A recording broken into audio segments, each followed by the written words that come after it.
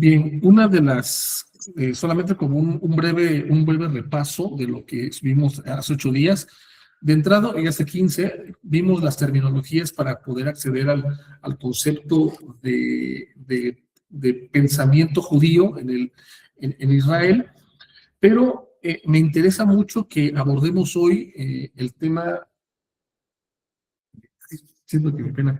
El tema de Jesús como profeta y sobre todo el tema del profetismo, cómo se ha ido desarrollando a través del periodo intertestamentario, sobre todo también en el desarrollo de la historia de Israel. Para eso es importante que tengamos en cuenta que, lo repito, tomar eventos y básicamente ponerlos linealmente podría ayudar bastante, pero recordemos que el concepto de historia en el pensamiento judío es un concepto que está pues abierto, es un proceso que básicamente nos muestra que la historia se replantea constantemente desde una perspectiva teológica. Un aspecto que quiero empezar a enfatizar es que una de las características del desarrollo es la compilación de las narraciones en el Antiguo Testamento que se da durante el periodo que se conoce como literatura o periodo del Segundo Templo. Es decir, cuando Esdras y Nehemías regresan y reconstruyen el templo de Jerusalén, las murallas y todo eso, vienen bajo ese grupo de deportados que regresa, viene con influencias babilónicas. Tienen toda una cosmología que les permite replantear su historia. Y quiero que en el texto podamos ver, partamos de una nota editorial en Primera de Samuel, capítulo 9. Recordemos que todas estas narraciones se compilan en este periodo del Segundo Templo. Y en Primera de Samuel, cuando los compiladores o los cronistas empiezan a desarrollar la historia de cómo surge la monarquía, en Primera de Samuel, capítulo 9, la monarquía surge por petición del pueblo de Israel. Y antes de entrar a esto, recordemos que en la clase anterior también vimos cómo la iglesia está reconstruyendo ese Jesús histórico en base a las narraciones y obviamente en base a lo que los escritores estuvieron visualizando, pero ya partimos de una segunda generación. Parece que hasta aquí no hay una conexión directa, pero vamos a ir desarrollando poco a poco, ¿no? En el capítulo 9 de Primera de Samuel, empieza una sección histórica narrando, leo la NBI, había un hombre de la tribu de Benjamín muy respetado, cuyo nombre era Quis. Entonces, cuando vamos al versículo 7 y 8, dice, bueno, en el contexto es que va Saúl con el criado y pierden unas burritas. Entonces dice desde el 6, el criado le contestó, en este pueblo vive un hombre de Dios que es muy famoso. Todo lo que dice se cumple sin falta. ¿Por qué no vamos allá? A lo mejor nos indica el camino que debemos seguir. Y vean cómo la narración sigue, ¿no? Pero si vamos, ¿qué podemos llevar? Preguntó Saúl. En las alforjas no nos queda nada de comer, no tenemos ningún regalo que ofrecer al hombre de Dios. ¿Qué tenemos? Versículo 8. Aquí tengo 3 gramos de plata. Respondió el criado, se los puedo dar al hombre de Dios para que nos indique el camino. Y vean el versículo 9. El versículo 9 es una nota editorial de los compiladores, que dice, antiguamente, quiere decir que el escritor y el compilador de Samuel estaba escribiendo en un periodo muchísimo más adelante en lo que sucedió esa historia.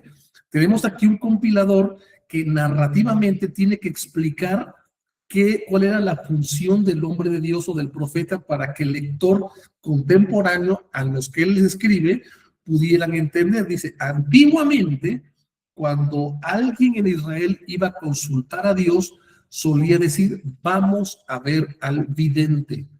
porque así se llamaba entonces al que ahora, ojo, ¿cuál es el ahora? El periodo, por ejemplo, el periodo de, en este caso, de la dispersión babilónica, al que ahora se llama profeta. Y aquí quiero que veamos esas dos características, vidente, profeta.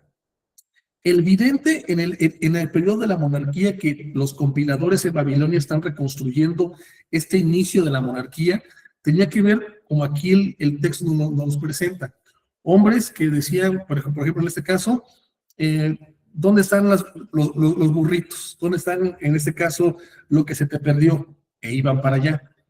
Y es que es algo bien interesante que el profetismo de Israel vaya progresando paulatinamente desde el concepto vidente que encontramos aquí en el capítulo 9 de Primera de Samuel hasta el concepto profeta que el compilador nos menciona en el versículo 9, que profeta, o en hebreo es Neví, es aquel que pues como, perdón el pleonasmo, pero va a escribir o va a profetizar sobre las naciones, sobre su contexto y sobre lo que el Espíritu le esté diciendo. Pero el profeta no solamente lo va a decir, sino lo va a escribir. Entonces, del vidente a un profeta escritor, es decir, un teólogo que la dispersión va a escribir, tiene que pasar siglos. Es decir, para que podamos, por ejemplo, abordar Isaías y ver cómo Isaías está escribiendo, que de hecho en el hebreo Isaías es poesía pura, es poesía. La profecía en los profetas mayores por lo general es poesía, pero vamos a tener a los profetas menores que entablarán un concepto que es muy usado en los profetas menores, pero con significados diferentes, que es el día del Señor. El día del Señor tiene, por ejemplo, un concepto totalmente diferente en Joel. El día del Señor, por ejemplo, Joel lo entendía como una explicación teológica. ¿Se acuerdan que lo vimos desde el caso 1? El pueblo judío, el pueblo semítico, teologizan su historia, teologizan su presente, y ¿cómo lo hacen? Lo teologizan a través del día del Señor. El Señor envía las langostas, envía las plagas de langostas, oscurece el sol. Entonces, este aspecto importante, sobre todo de los recursos literarios que ocupará el profeta, pues ya para este entonces han pasado siglos, pero originalmente surge en el vidente. El vidente era alguien bueno, el concepto vidente no es algo que aparezca únicamente en la literatura judía, sino que también aparece en literatura griega, lo que se conocerá ahí como el oráculo de Delfos o la pitonisa o el dios de Delfos. Ocupaban el trance como una forma de expresar la voluntad de los dioses. El trance extático era, en pocas palabras, digámoslo así, caer fuera de sí, es decir, desconectar el subconsciente con el consciente, o mejor dicho, el consciente con lo que se está experimentando en ese momento, más o menos. Tenemos algún ejemplo, por ejemplo, Segunda de Samuel,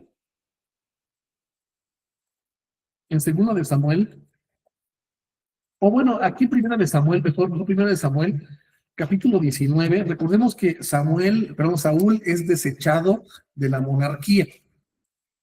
En Primera de Samuel, Saúl es desechado. Cuando el Señor quita el espíritu a Saúl, porque el concepto del rey está ligado directamente con el concepto, originalmente con el Mesías. La palabra Mashiach, ungido, era aquel sobre el que se le derramaba el aceite. La traducción al griego es Christos.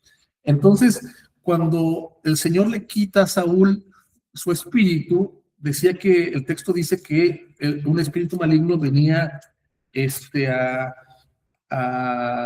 pues, en este caso, a atormentarlo. Sin embargo, cuando tenemos esa separación del espíritu por parte de Saúl, Hay un momento cuando viene una, digámoslo así, una banda de profetas. Viene una banda de profetas por el camino. Y esto realmente me parece importante señalarlo.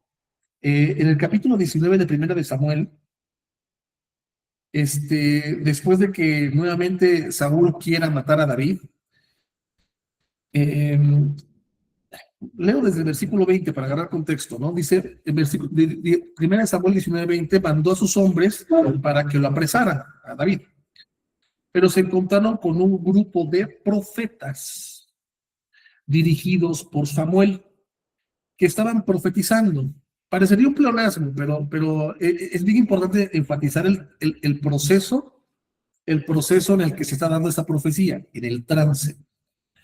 Entonces el Espíritu de Dios vino con poder sobre los hombres de Saúl y también ellos cayeron en trance profético. En el lo traduce como trance profético.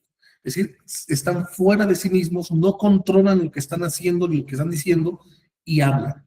Esta característica cultural, lo repito, es una característica que tenemos en todas las culturas del Mediterráneo, donde los que quieren decir alguna voluntad de parte de la divinidad caen en ese trance. Sigo leyendo. Al oír la noticia, Saúl envió otro grupo, pero ellos también cayeron en trance. Luego mandó un tercer grupo y les pasó lo mismo. Por fin, Saúl en persona fue a Ramá y llegó llegó al gran pozo donde está en Secu. ¿Dónde está Samuel y David? Preguntó. En Nayot de Ramá. Ahí le respondió. Versículo 23. Saúl se dirigió entonces hacia allá, pero el Espíritu de Dios, y eso es bien importante, vino con poder también sobre él. O sea, después de que Dios se aleja de Saúl, ese es el único episodio donde nuevamente puede tener momentáneamente lo que se entendía culturalmente como el Espíritu de Dios, que es caer en trance extático. Y dice, y Saúl estuvo en trance profético por todo el camino hasta llegar a Nayot de Ramá. Luego se quitó la ropa y desnudo en el suelo estuvo en trance en presencia de Samuel todo el día y toda la noche. De ahí viene el dicho, ¿acaso también Saúl es uno de los profetas? Y quiero enfatizar esa característica directa del trance, porque el trance parecía ser un requisito indispensable para aquel que quisiera ser profeta. Y de ahí que literariamente los escritores en Babilonia empezaron a tener una característica retórica o narrativa para referirse a dicho trance. Si bien en estas crónicas, por eso aquí podemos ver que varios son los que ponen o los que escriben las crónicas de Israel, también en el libro de Jueces. En el libro de Jueces, por ejemplo, ¿qué pasa cuando Sansón tenía fuerza? Y el espíritu del Señor vino sobre Sansón y, por ejemplo, destroza al león o arranca las puertas de la ciudad. La diferencia es que el trance en unos aspectos los lleva a desconectarse de sí mismos, como es el caso de Saúl, y en otros, en caso específico de Sansón, les permite tener una fuerza sobrehumana. Y lo más interesante es que también el trance no solamente era algo que venía repentinamente, sino que también es algo producido. Por ejemplo, si podemos ver aquí en Segunda de Reyes,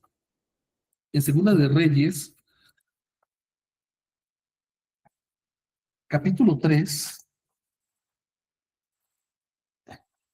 en el capítulo 3, lo leo desde el versículo, bueno, aquí el contexto está en la guerra contra los moabitas, y está desde el versículo 11. Josafat pregunta, porque Josafat se va a la guerra, salió a la guerra con Acab, perdón, sí, con Acab. Entonces, Josafat le pregunta al rey Acab, oye, versículo 11, ¿hay acaso aquí algún profeta del Señor para que consultemos al Señor por medio de él? ¿Hay algún profeta aquí del ejército? Versículo 12, perdón, en este versículo dice, aquí está Eliseo, hijo de Safat, el que servía a Elías. 12, pues él puede darnos palabra del Señor, comentó Josafat. Así que el rey de Israel fue a ver a Eliseo acompañado de Josafat, el rey y del rey de Edom. Pero Eliseo le dijo al rey de Israel, ¿qué tengo yo que ver con usted? Váyase a consultar a los profetas de su padre o de su madre. Vean, hay profetas de dioses paganos que también caían en trance y manifestaban la voluntad de los dioses. Y aquí Josafat lo especifica. Pregúntale a tus profetas. Pero ¿qué dice? No, respondió el rey de Israel, pues el Señor nos ha reunido tres para entregarnos en manos de los moabitas. Eliseo replicó, le juro que si no fuera por el respeto que le tengo a Josafat, ni siquiera le daría a usted la cara. Tan cierto como que el Señor, como que vive el Señor Todopoderoso a quien sirvo. Y dice, y vean a lo que debe llegar a ese versículo 15. En fin, que me traigan un músico. ¿Cómo lo menciona Reina Valera el versículo 15? Creo que es tráigame un arpa, ¿no? O tengo entendido, tráigame Dice tañedor, bueno, yo digo, dice un tañedor. tañedor, alguien que tocara el arpa, ¿no? Y dice, mientras el músico tañía el arpa, y aquí nos damos cuenta que es otro compilador porque ocupó otra palabra para referirse al trance, la mano del Señor vino sobre Eliseo. Y aquí entonces, y dijo, y ahí profetiza. Entonces, si dan cuenta, la música permitía que el profeta cayera en trance. La música era importante, en este caso, el arpa.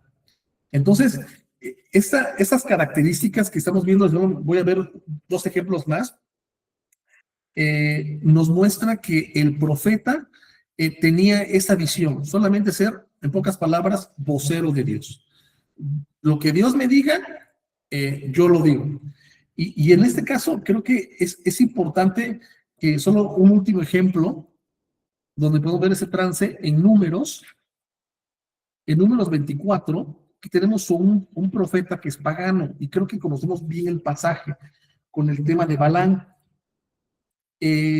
Balán no pertenecía al pueblo de Dios, no era judío, era pagano.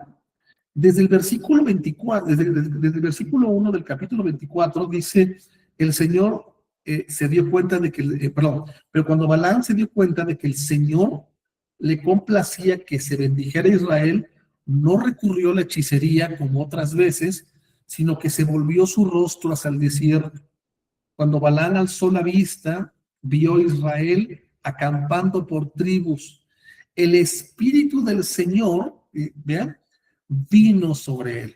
Entonces, ese requisito, vean cómo se está refiriendo los diferentes compiladores en números. El Espíritu del Señor vino sobre él. En Reyes o en Samuel, la mano del Señor vino sobre él. O sea, son eufemismos y son sinónimos para referirse a un mismo evento. Por eso podemos ver que los diferentes compiladores dentro de esta época del Segundo Templo entendieron la historia desde la perspectiva teológica, sí, pero con pequeños matices muy particulares que cada uno de ellos tenía. Profetiza y saltémonos al 15. Dice, entonces Balaam pronunció su oráculo. Palabras de Balaam, hijo de Beor, palabras del varón claravidente, palabras del que oye las palabras de Dios y conoce el pensamiento del Altísimo. Vean esa descripción, ¿no? Conocen el pensamiento del Altísimo, del que contempla en visión, del Todopoderoso, del que cae en trance y tiene visiones. Entonces, el trance era la condición para entender el pensamiento de Dios por parte de un profeta, de un vidente. En ese sentido, esto es muy importante, que el profetismo nace bajo estas características a muy grandes rasgos, ¿no? Y por supuesto, regresando a Primera de Samuel, tenemos ahora un avance con el profetismo y los compiladores no nos dicen gran cosa, pero en el capítulo 10 nos menciona una pequeña, yo sé que esto parece escriba bíblico, ¿no? Digo, para que vayan siguiendo, pero una pequeña nota, lo leo desde el versículo 1, 1 Samuel 10:1. Entonces Samuel tomó un frasco de aceite y lo derramó sobre la cabeza de Saúl, es cuando lo unge. Luego lo besó y le dijo, es el Señor quien te ha ungido para que gobiernes a su pueblo. Hoy mismo, cuando te alejes de mí y llegues a Celsa, en el territorio de Benjamín, cerca de la tumba de Raquel, verás a 2 hombres. Ellos te dirán, ya encontramos las burras que andamos buscando, pero tu padre ya no piensa en las burras, sino que ahora está preocupado por ustedes y se pregunta qué puedo hacer para encontrar a mi hijo. Más adelante, cuando llegues a la encina de Tabor, te encontrarás con 3 hombres que se dirigen a Betel para adorar a Dios. Uno de ellos lleva 3 cabritos, otro 3 panes y otro un odre de vino. Después de saludarte, te entregarán 2 panes, acéptalos. Aquí quiero llegar al versículo 5. De allí llegarás a Ginebea, de Dios, donde hay una guarnición filistea. Al entrar en la ciudad te encontrarás con el grupo de profetas que bajan del santuario en el cerro.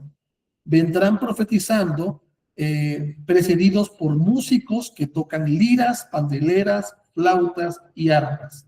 Entonces el Espíritu del Señor vendrá sobre ti con poder y tú profetizarás con ellos y serás una nueva persona. Cuando se cumplan esas señales que has recibido, podrás hacer todo lo que sea a tu alcance, pues Dios estará contigo. Primero, este pasaje nos muestra, sí, que el trance ocasiona la música, aquí puntualmente liras, panderetas, flautas y arpas, y lo más interesante es que los profetas andan en grupo. ¿Por qué? Por una característica que va a mencionar el compilador más adelante, llamado la escuela de profetas. Y eso es algo que pues, nos parece muy interesante, y creo que es realmente interesantísimo que exista una escuela de profetas. No es de que fueran como una especie de pandilla, como la pandilla de profetas, y ya, que hacen que la gente caiga en trance, ¿no? La segunda referencia, pero creo que la primera referencia donde se menciona esta escuela de profetas, la segunda, ese grupo de profetas, es que además de que profetiza esa vez Saúl, vuelve a profetizar, como lo vimos hace rato, después de que el Espíritu de Dios lo deja, cuando se desnuda y se quita la ropa, y el compilador de Reyes a estas agrupaciones les pone esta característica que les mencioné hace rato. En Segunda de Reyes tenemos en el capítulo 4, tenemos en el versículo 38 al 41 al profeta Eliseo. Segunda de Reyes 4, 38 al 41, y dice, Eliseo regresó a Gilgal y se encontró con esos días, había mucha hambre en el país, por tanto se reunió con la comunidad de profetas. NBI lo pone como comunidad de profetas. Creo que Reina Valera lo pone como escuela de profetas, si no me equivoco.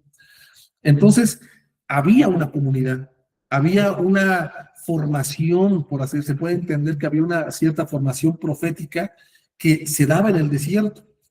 Y esto es importantísimo porque ese concepto de profetismo que se aprendía, los compiladores lo van progresivamente plasmando en el texto. Vean, aquí ya estamos en Segunda de Reyes. Venimos desde Números, ¿no? Desde Balaam, a Primera de Samuel con Saúl, y aquí ya llegamos con Eliseo. En todos estos casos, el concepto profeta, lo repito, era vidente, alguien al que Dios le revelaba algo a través del trance extático que se caía con la música.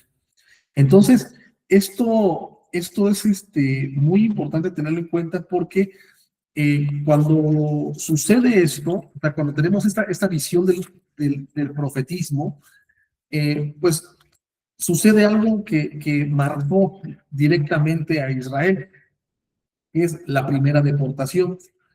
Esas primeras deportaciones, perdón, esta primera deportación pues marcó definitivamente la teología del pueblo judío. Permitió también que en este caso pudieran visualizar no solamente que Dios es Dios de Israel, sino Dios de toda la tierra. ¿Por qué? Porque ahora algo que tenían puntualmente es que pensaban, por ejemplo, que el concepto de Dios de Israel, algo que se viene acarreando desde que Josué entró a Palestina, a lo que soy todo el territorio de Israel, es que los dioses tenían regiones específicas.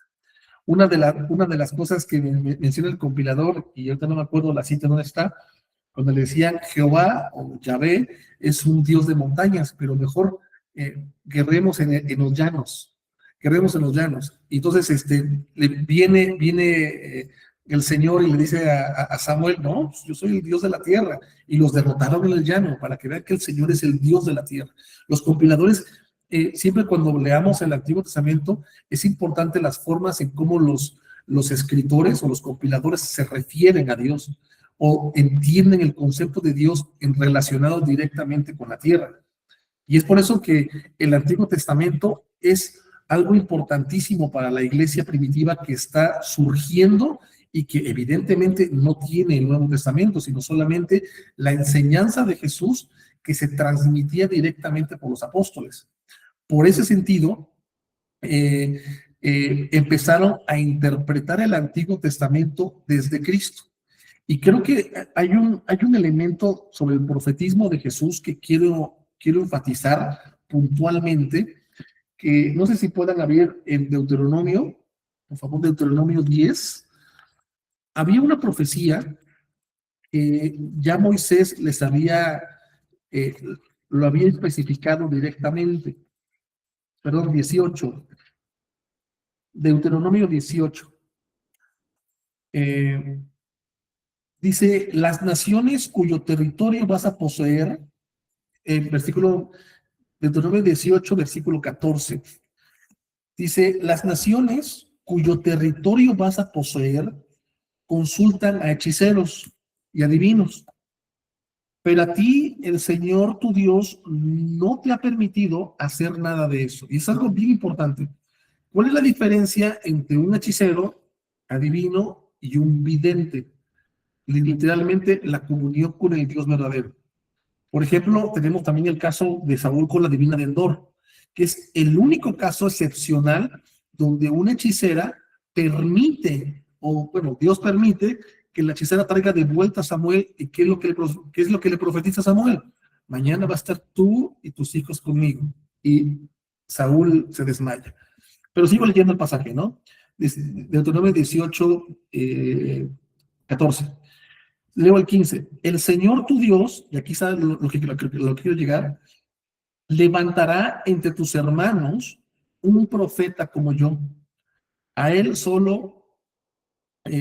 a él si lo escuchas, esto fue lo que pediste al Señor tu Dios en el día de la asamblea. Cuando dijiste, no quiero seguir escuchando la voz del Señor mi Dios, ni volver a contemplar ese enorme fuego, no sea que muera.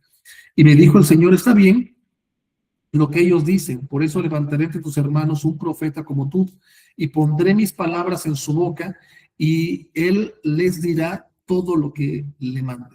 Y esta profecía es muy interesante porque fue entendida en el segundo templo como una profecía que apuntara hacia un profeta escatológico. La comunidad primitiva que tenía el Antiguo Testamento de forma oral entendió esto y lo aplicó directamente a Cristo. Y me gustaría que, teniendo en cuenta este pasaje de Deuteronomio 10, pudiéramos ir a Juan capítulo 6. Y aquí, pues, eso es muy interesante porque Juan, además de que escribe en griego para una comunidad que no estaba tan relacionada con el Antiguo Testamento como la comunidad a la que le escribe Mateo, en el capítulo 6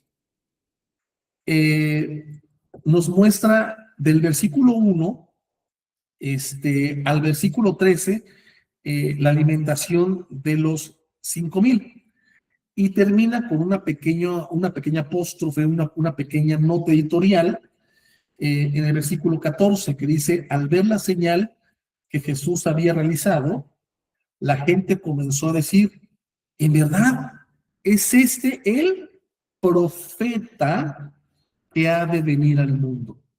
Entendieron las señales de Jesús como como ese profeta prometido, como que ya estábamos en esos tiempos escatológicos. Pero ¿qué dice el versículo 15? Pero Jesús, dándose cuenta de que querían llevárselo a la fuerza y declararlo rey. ¿Por qué? Porque aquí nos muestra Juan en el versículo 15, imagínense este evangelio escrito en el año entre el 85 y 90 después de Cristo. Él está entendiendo que mucha gente todavía manifestaba sus deseos políticos de un Mesías o un profeta que derrotara a los romanos. Pero ¿qué pasa? ¿Qué nos menciona aquí Juan? Que cuando Jesús se percata de eso, dice la última parte del versículo 15, se retira de nuevo a la montaña él solo. Del versículo 16 al versículo 24 tenemos esa sección donde pues Juan nos muestra que él camina sobre el agua, pero enfatiza una característica, el epicentro del versículo o del pasaje es el versículo 20.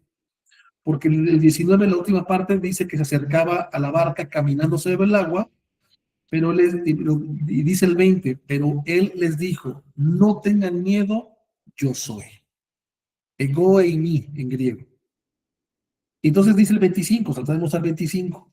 Y vean esa característica, ego eimi, yo soy, que es una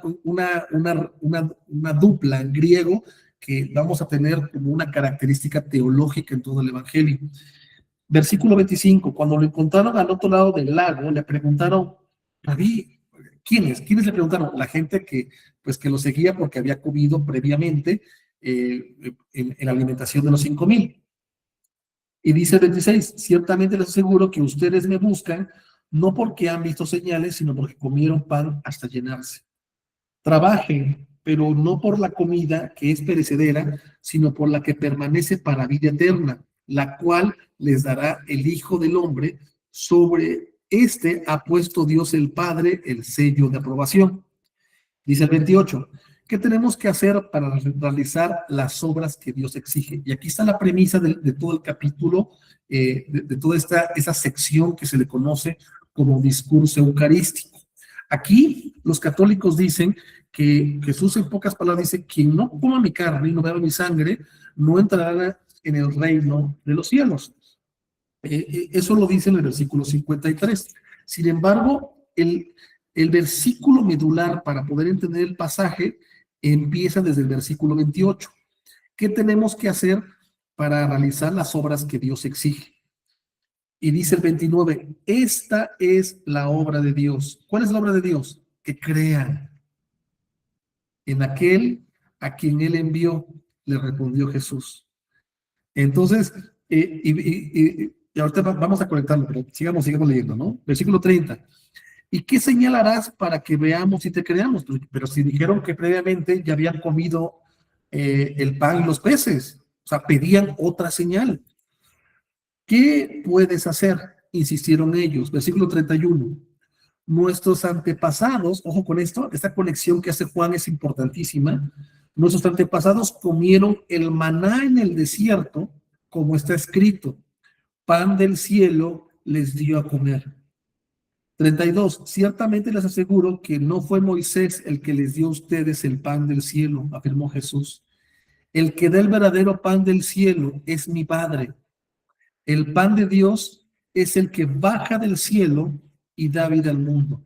Señor, danos siempre de ese pan. Yo soy el pan de vida, declaró el 35. El que a mí viene nunca pasará hambre, y el que en mí cree, ojo con esto, que es lo mismo que había dicho en el versículo 29, no volverá a tener sed. Y luego saltemos al 39. Y esa es la voluntad del que me dio, que yo no pierda nada de lo que me envió, de lo que él me ha dado, sino que lo resucite al final, porque la voluntad de mi Padre es que todo el que reconozca al Hijo y crea en él tenga vida eterna y lo resucite en el día final. Ahora, el concepto que nos maneja Juan en este pasaje, desde el inicio del capítulo, es que identifican a Jesús como el profeta que iba a venir. Pero Juan hace una analogía en este discurso. El verdadero pan del cielo es Jesucristo, no es el maná que comieron. Por eso la analogía que hace Juan aquí con Jesús es que Él es el nuevo Moisés, el nuevo profeta que desciende al mundo, el nuevo que Él es el verdadero pan de Dios. Él es el profeta que había de venir. Escuchen. ¿Se acuerdan con la analogía con Lucas, con la parábola del rico y Lázaro, que Lucas hace en el año 70 con el trasfondo de la teología paulina?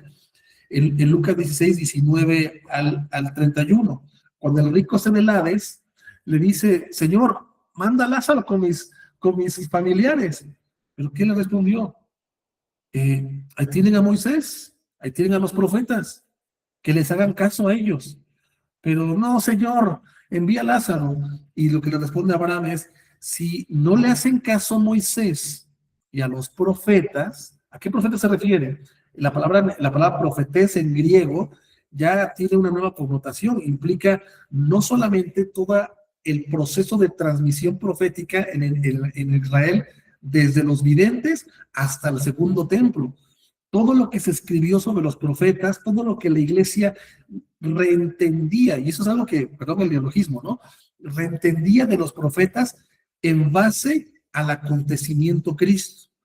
Y otras vamos a entrar con eso, ¿no? Pero si no hacen caso a Moisés y a los profetas, tampoco se convencerán de que alguien se levante de entre los muertos.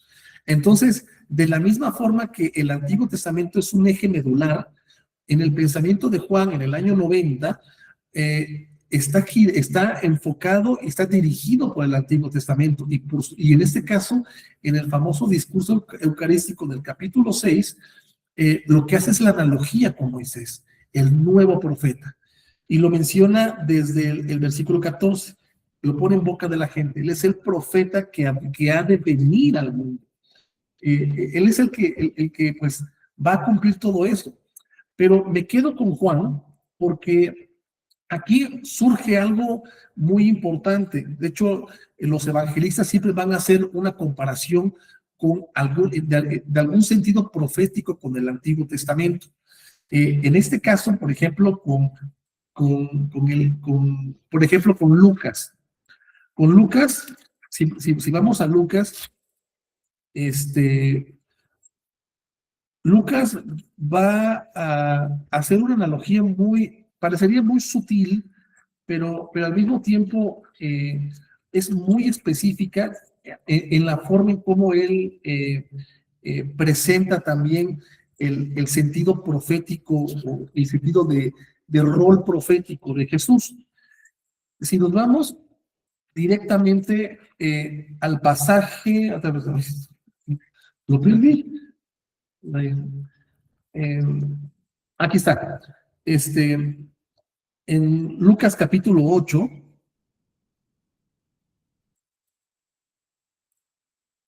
No, es Lucas capítulo 8. Ay, se me fue. Yo creo que he apuntado. No sé dónde lo pondré. Permítame. Un minuto, menos de un minuto, menos de un minuto. Yo quiero tener apuntado, no sé por qué no lo encuentro. Se me va el feeling, se me va el feeling. Híjole.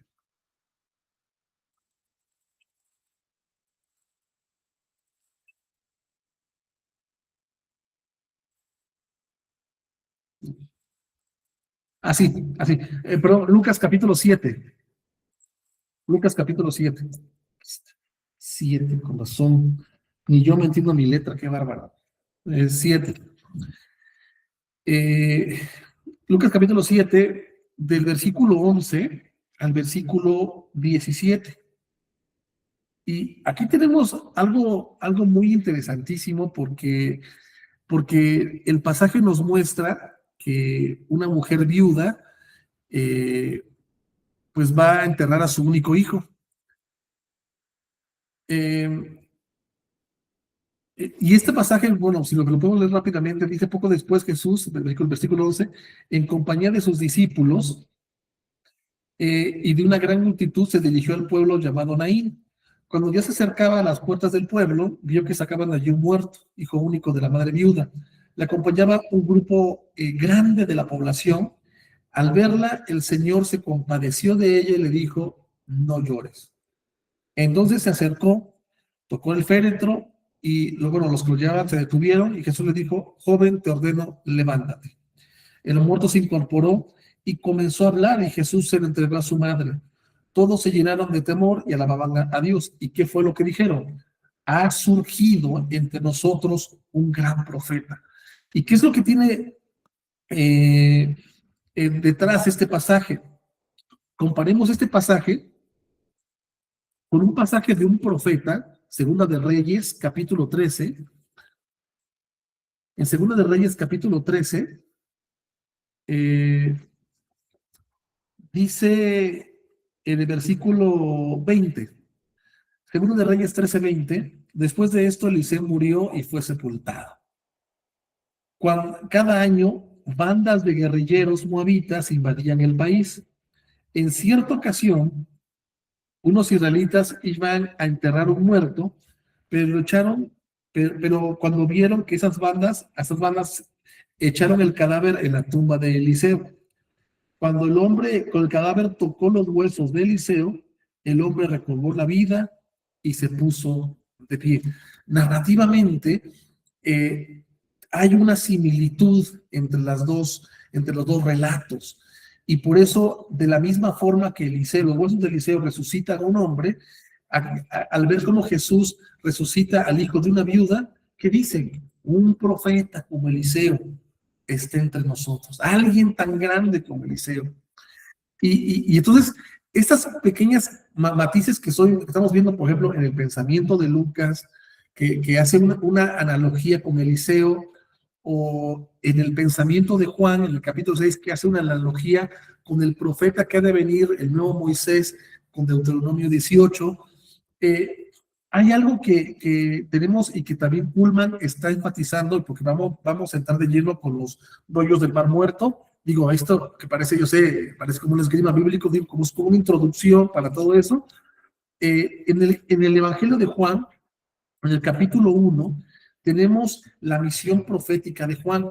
Y es que algo que menciona Pullman y que pues no sé si también se pudieron percatar de esto, es que Juan el Bautista no tenía una conciencia de sí mismo como un profeta de parte del Señor.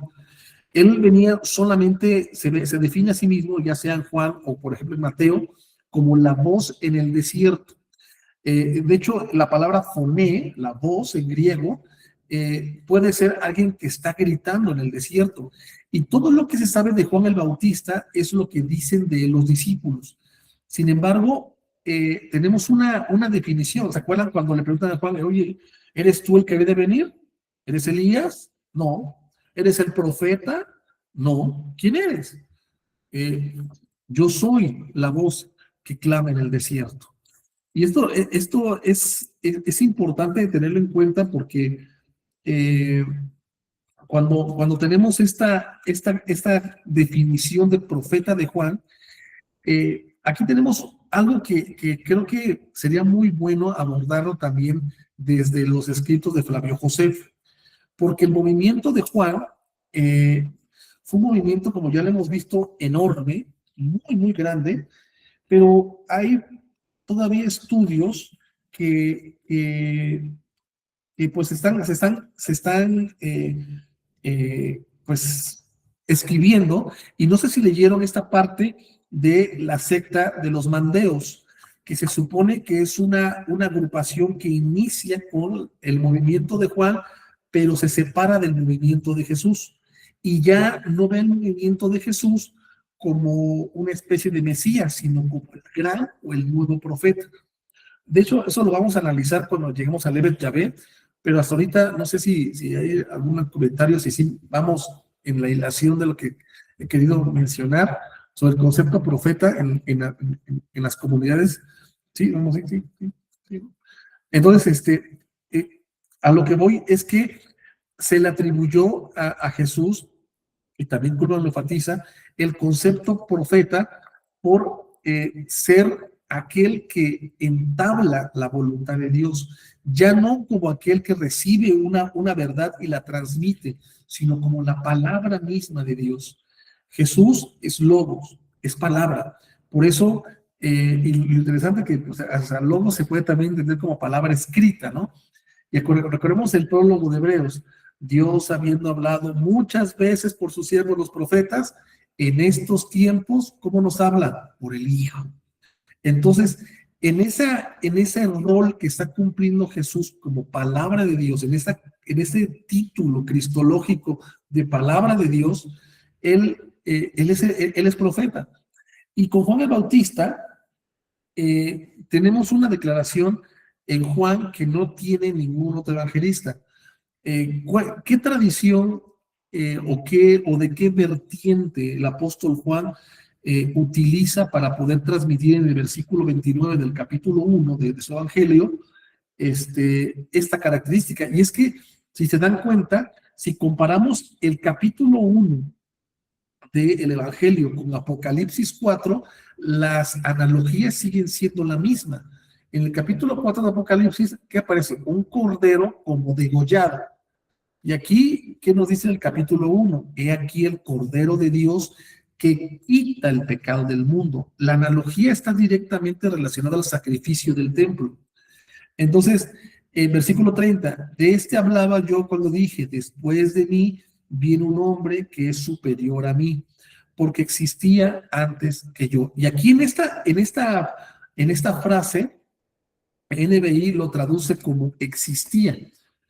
Si lo vemos en el texto griego, lo voy a poner, ahí, ¿qué tengo aquí? Juan 1:30.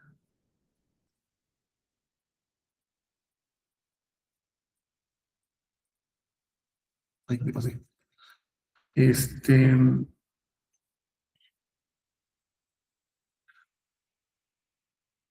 Voy a compartir pantalla.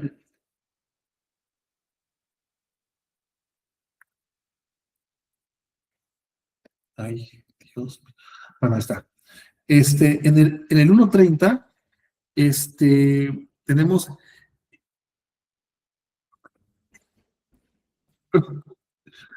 eh, vamos a ver una palabra que también Kurban va a enfatizar, el verbo erchomai, que es el que viene, aquel que viene. Y en este verbo, pues, es algo muy, muy importante porque no viene de dónde, bueno, por así decirlo, es una designación cristológica a un título superior. Eh, y aquí dice, porque protos mu en, literalmente, antes de mí era, o antes de mí estaba, entendiéndolo esta designación. El que viene es antes de mí. Y este versículo es importante no separarlo del prólogo. El prólogo es vital para poder definir lo que Juan nos está transmitiendo sobre Jesús, porque recordemos que la palabra arjé no se refiere aquí directamente al arjé griego que buscaban, por ejemplo, los filósofos naturalistas, presocráticos. Eh, Obviamente los lectores que están leyendo el Evangelio, que pues no eran judíos, no eran judíos, ahora sí, como los lectores de Mateo, eran judíos helenizados o probablemente también gente de habla griega, griegos en su totalidad, podrían entender el arjé. De hecho, en la patrística se tiene siempre el arjé relacionándolo con el arjé griego. Pero aquí arjé nos está tirando directamente a la Septuaginta, ¿no? En la traducción griega del Antiguo Testamento. El principio de todo, ¿no? Era la palabra. Y esta palabra, recordemos que es una expresión también literaria, se refiere directamente al hablar de Dios. Cuando en Génesis 1 tenemos, dijo Dios, sea la luz, el imperativo, la forma en la que en la que se genera la luz de la nada y que se forma por la orden de Dios, esa palabra que crea se personaliza en la persona de Jesucristo. Esta forma de referirnos o de referirse a la palabra de Dios era una característica en la literatura judía. Ya habíamos visto eso, por ejemplo, en Proverbios, cuando Salomón habla de la sabiduría de Dios, el capítulo 7, capítulo 8, y la sabiduría de Dios es la que dice, ¿no? Nacía antes de que fueran formadas las colinas. O sea, personifica la sabiduría como si fuera algo que pues existiera aparte de Dios, pero no es así. Igual aquí, la palabra no existe aparte de Dios, ¿no? Como algo alejado de Dios, sino la palabra es Dios. Entonces, por eso es bien importante señalar que el término profeta o enviado que vamos que se va a desarrollar en todo el Evangelio, como lo vimos en el capítulo 6, que Juan hace una analogía con Moisés, inicia aquí. Y la palabra estaba junto a Dios. Y aquí el pros, en este caso, ¿cómo se llama? La preposición pros está al lado de Dios. Y Dios era la palabra. Pero, ¿a dónde llega todo esto? Que esta palabra, el versículo 14, vamos a subrayar. Y la palabra carne fue hecha, y aquí tenemos un verbo muy bonito que realmente es un verbo precioso. El verbo es que no, aquí está en aoristo, puso tienda de campaña, o puso la tienda, o puso un tabernáculo, o aquí se puede traducir como habitó, puso la tienda de campaña, puso un tabernáculo entre nosotros. Y Teasámeta vimos la gloria de él, gloria como el unigénito de al lado del Padre, lleno de gracia y de verdad. Entonces, ese es el epicentro de todo el Evangelio de Juan, y que nos muestra no solamente el rol de Cristo, en este caso enfatizado el término profeta. ¿Por qué él es profeta? Porque es palabra de Dios, y es una palabra que se hace carne, y que puso una tienda de campaña, o habitó literalmente, ¿no? El verbo es que no, entre nosotros. Esta palabra es realmente hermosa porque tiene una referencia directamente al Antiguo Testamento. Cuando Dios, la nube se movía, levantaban el tabernáculo y seguían caminando. Y recitaban el salmo: levántese, levántase, oh Dios, y sean esparcidos tus enemigos. Entonces, y el punto es que en ese tabernáculo en el desierto estaba la presencia de Dios, y ahora el tabernáculo ya no es una casa de cortinas y de pieles, era un cuerpo, una persona, una entidad viviente humana. Y es algo realmente hermoso que Dios, que carne, músculos, sarx, se puede traducir, sarx egeneto, fue hecho, se hizo, fue, viene del verbo ginomai, que también se puede traducir como ser o estar. Y eso es algo realmente hermoso que al menos con Juan se tenga esta perspectiva teológica. Por eso el Evangelio de Juan es único, al menos narrativamente, teológicamente, porque nos va a mencionar su cristología a través de la palabra ora, o en griego jora. Entonces, por ejemplo, en el 2:4, ¿se acuerdan cuando era las bodas de Caná? Y le dice la madre de Jesús: oye, no tiene vino. ¿Dónde está? Juan 2.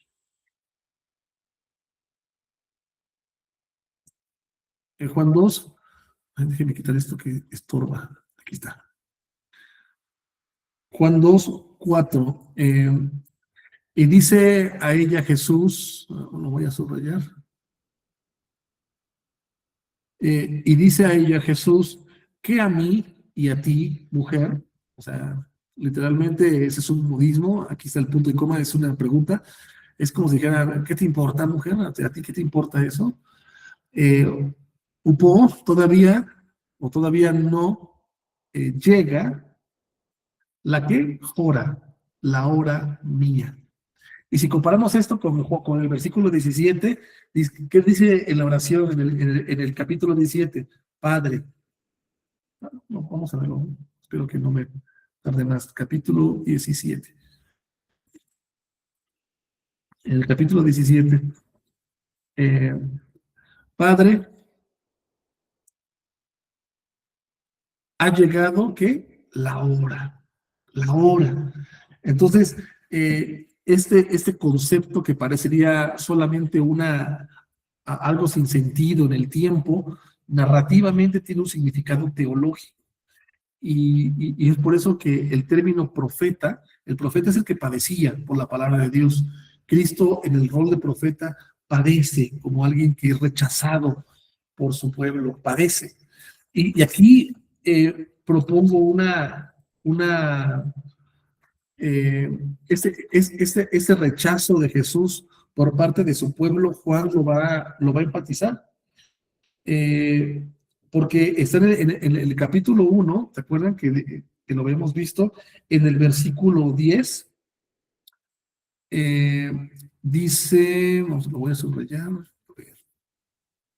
voy a subrayar el 10 y el 2 hasta el 12. ¿Dónde está el 13 aquí? Hasta acá. Dice el 10, en el mundo estaba y el mundo por medio de él llegó a ser, y el mundo a él no conoció. Y aquí está el rechazo del profeta. Pero, o dice, y aquí del 11, aquí pues discrepo en muchas traducciones, porque dice a los propios vino. La palabra idia, que está aquí, se puede decir como a los propios o a los suyos. Pero ¿quiénes eran los propios? Los judíos. Y los propios de él, o los suyos de él, no parélamo recibieron. Dice, pero ¿cuántos recibieron a él? Pero ojo, estos cuantos del Josoi, estos Josoi ya no son los mismos de los Idia. Hay una diferencia entre los Idia y los Josoi. ¿Por qué? Porque los Idias vino a los suyos, ¿ok? ¿Quiénes son los suyos? Los judíos, no sé por qué no los subraya bien. Pero entonces, ¿quiénes son los Josoi? Si lo puedo mencionar así. Es todo aquel que le recibe. Ya no son solo los judíos. Y aquí podemos identificar que en este Josoi están los lectores del Evangelio. Dice, a los propios vino y los propios a él no recibieron, pero cuantos recibieron a él, dio a ellos que la autoridad, exusían, la potestad, el privilegio de que hijos de Dios, Genestai, llegar a ser. Entonces, los Idia ya no llegan a ser hijos de Dios. ¿Quiénes llegan a ser hijos de Dios? Los Josue. Pero cuantos recibieron a él. Entonces, es un profeta rechazado por los propios, por su pueblo. ¿Te acuerdan que en Lucas, en el pensamiento pues, de Lucas, influido por Pablo, cuando lo quieren expulsar de la sinagoga, en el capítulo 4, pues le dicen, todo profeta es rechazado por los suyos, ¿no? Aquí Juan lo especifica claramente. Entonces, ¿quiénes son esos Josoi? Los que lo recibieron a él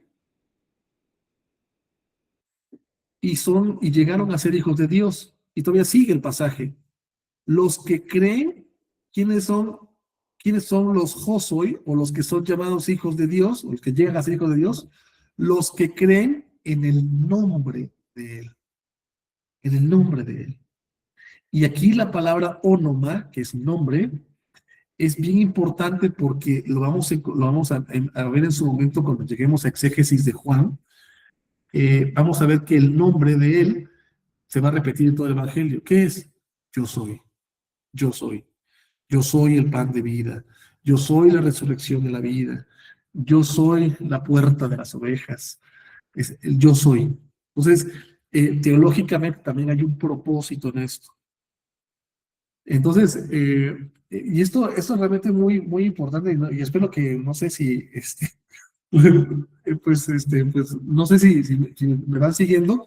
Y dice el 13, los que no de sangre, literalmente bueno, si lo traducimos literal, los no de sangre, ahí mató, ni de voluntad de carne, ni de voluntad de hombre, sino de Dios han sido engendrados. O sea, estos Josoi que lo reciben a él, que llegan a ser hijos de Dios porque creyeron en el nombre de él, han sido engendrados por Dios, por Dios. Viene del verbo ginomai, y eso es algo realmente importante. Dios es el que actúa, Dios es el que pone ese recibimiento de Él y les da la autoridad de llegar a ser, ¿qué? Hijos de Dios. Vamos a ponerlo de otro color, vamos a ponerlo amarillo. Pero no se ve. Verde. Verde. Entonces, hijos de Dios. Y esto es importantísimo, ¿no? Y esto es algo bien, bien importante. Pero no sé si me estoy dando a entender hasta aquí. ¿Hay alguna duda? Voy a quitar la cámara. Un comentario, duda. No sé si me di a explicar con el texto.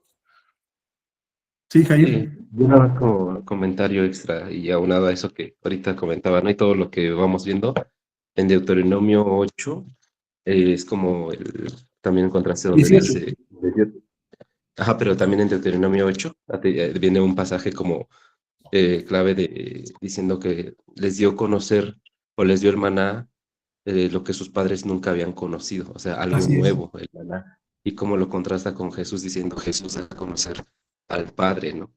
Entonces eso se me hace algo muy, muy, muy, muy, muy Ya claro. les iba a preguntar. Y ahora, segundo el método inductivo, aquí podemos partir del sujeto, ¿no? Que sé que es la voz nominativa, en este caso, hologos, que se vuelve a repetir aquí en el versículo 14, hologos. Ay, no estoy compartiendo, no estoy compartiendo. O sea, y todo tiene una concatenación gramatical importante, pero a menos lo que quiero enfatizar aquí es que muere como profeta. Y vamos a ver en 8 días esa hermenéutica que permitió a la iglesia primitiva visualizar esta, eh, este ministerio, esos ministerios de Jesús como profeta, pero no sé si hay algún otro comentario o duda, no sé si me di a explicar.